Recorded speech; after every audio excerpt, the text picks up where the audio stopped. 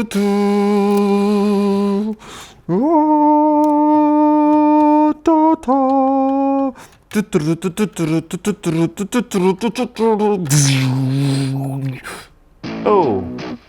hello everyone.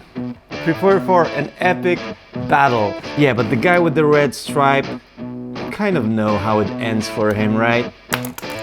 So you might have seen my video when I took Sony's new 50mm G Master lens on an amazing wedding style shoot, and check this out.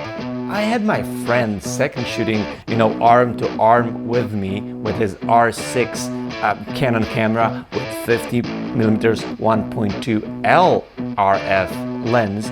So I have pretty much identical photos to share with you next to each other. So yeah, and I'm also happy to share some things that I've noticed, when shooting both of these cameras.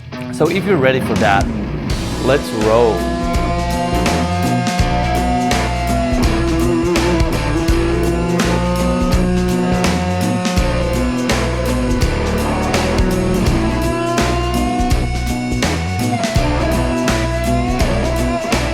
Hello everyone, my name is Magic. I'm a wedding photographer, Sony Europe ambassador, father of 4 children. That is why all this Lego is here. And welcome to my YouTube channel, which is mostly covering topics like wedding photography, gear, mostly Sony, and basically photography. So consider subscribing if you haven't already. So welcome to the epic battle, 50 1.2L Canon lens versus 50 1.2 G Master Sony lens. And let me just start with 2 things before I get into, looking at the samples. First of all, no one is actually shopping for either, Sony 50 1.2 or Canon 1.2. If you are a Sony shooter, you're going to be going for Sony lens. If you are a Canon shooter, you're going to be going for Canon lens.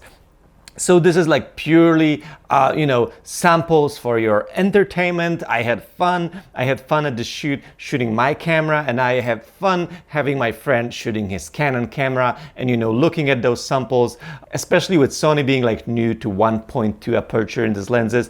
It's kind of interesting to see the difference between these two. And second of all, I'm a Sony fanboy. I've been Sony Europe ambassador for a few years, although years back I was shooting Canon, so I know of both of these systems. But just to be clear, Sony didn't ask me to make this video or any of my videos. I do it for pure fun reasons. I love shooting. I love sharing my insights. I love answering gear questions. I like all the Sony related stuff. And this battle, consider this as a pure entertainment. But yes, if Canon will give me any reasons looking at the photos, to laugh at them or something like that, I won't hesitate, Okay, so let's start with the design of both of these lenses. So Sony seems to be taking this new, route of making as compact lenses as they can, and that's pretty impressive considering how well they all perform. We've seen that in 24 G Master, we've seen that in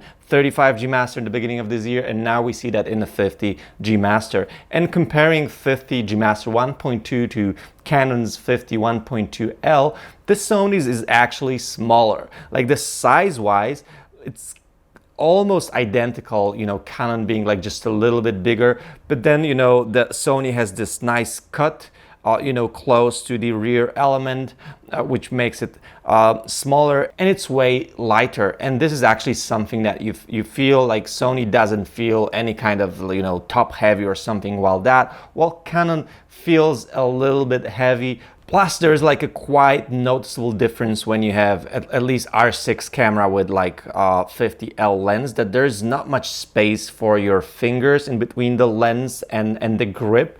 So, the space is pretty tight here, which is funny because I've heard that a lot of times, people speaking about Sony, how tight it is with the grip and the lens. And now I can see that Sony actually made it better with 50 G Master. That cut enables you to hold camera really well, and the new grip on the A1, A9 Mark II or A7R4 is amazing and is much nicer to hold. Also, some body differences between these two lenses. So obviously Sony's has aperture ring, has declickable aperture button, has manual focus to autofocus switch, and yeah, I think that's it. And then Canon has manual focus to autofocus switch. It doesn't have aperture ring, but it does have this control ring at the top, so this is nice feature. And then the difference between the filter size is 77 on Canon versus 72 on Sony.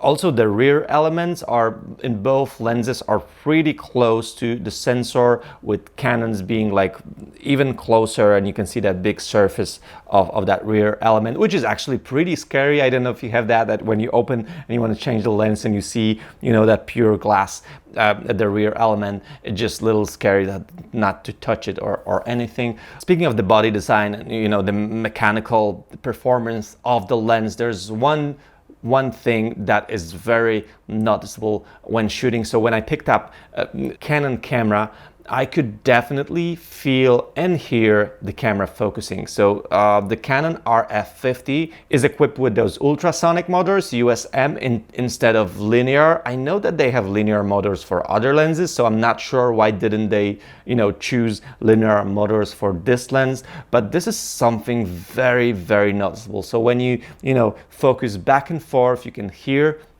the lens, you can hear the glass moving, you can feel this under your hand, and you can actually see the front element of the lens, you know, moving.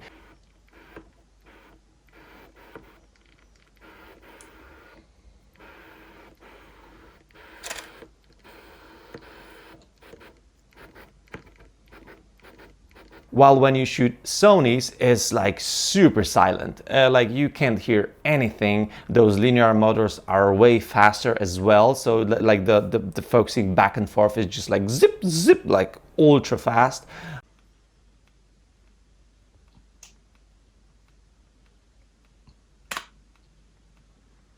And yeah, and that is like the biggest performance difference I found on these two lenses. But yeah, that's about it in terms of the design of both of these lenses. Now let's get to the exciting stuff, which is photos. So there are like two photos that I've shot on a tripod, actually changing the camera on a tripod, having couples standing in the same position, just to have like one-to-one photo to be able to tell if there's like a, you know, geometry of the lenses difference or anything like that. And let's look at those photos. So photo number one, again, we're looking at the exactly same frame. Can you tell any difference? Photo number one, photo number two, both photos.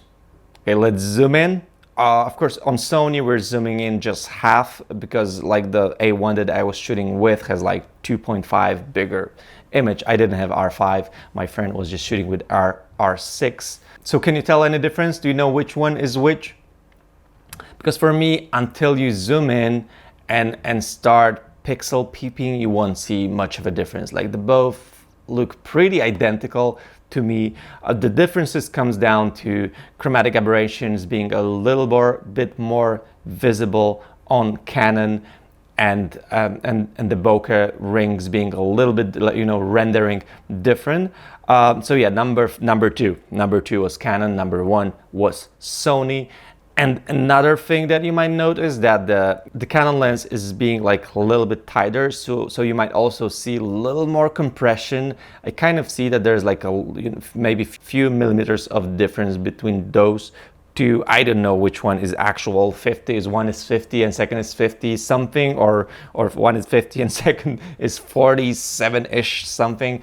It's like, I don't think it matters, but it might render like a little bit different compression, so the background might be a little bit more, you know, bigger on the Canon. So okay, let's look at the photo number two from tripod. So here is now lens number one, lens number two. Now both of them on the screen. I can zoom in. Maybe now you might start seeing some differences like from what I mentioned before. So again, if you match the colors on both of these, there's no way you or end client can tell like a difference. The only difference I could tell, so now we're going to be looking at the photos that were taken from the same moments, but with me and my shooter, you know, shooting from a little different positions. So it's not like one-to-one tripod photos, but now we can see, so this is my photo from Sony, this is his photo from Canon, and that is the only photo that I can see a huge difference between those two. So Sony has more round bokeh balls, and Canon has more like this cat eye.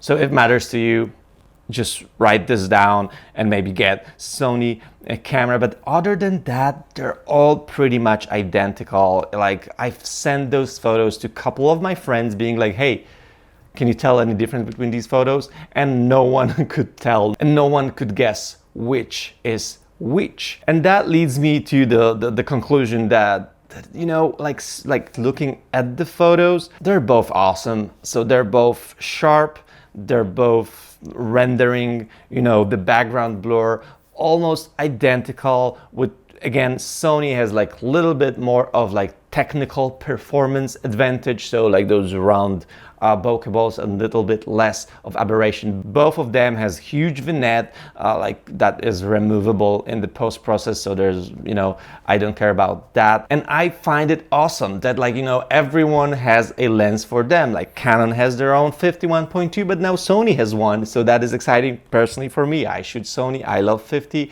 Having 51.2 with this amazing performance is like a dream.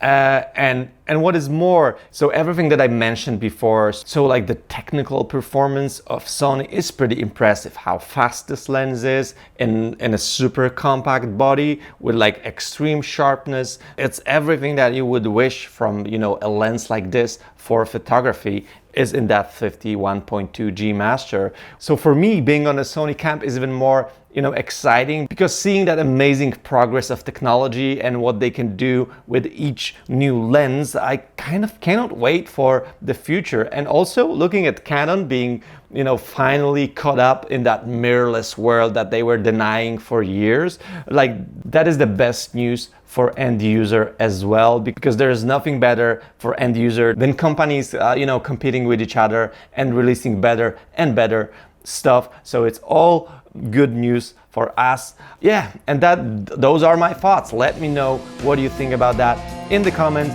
Thanks so much for watching, and see you in the next video.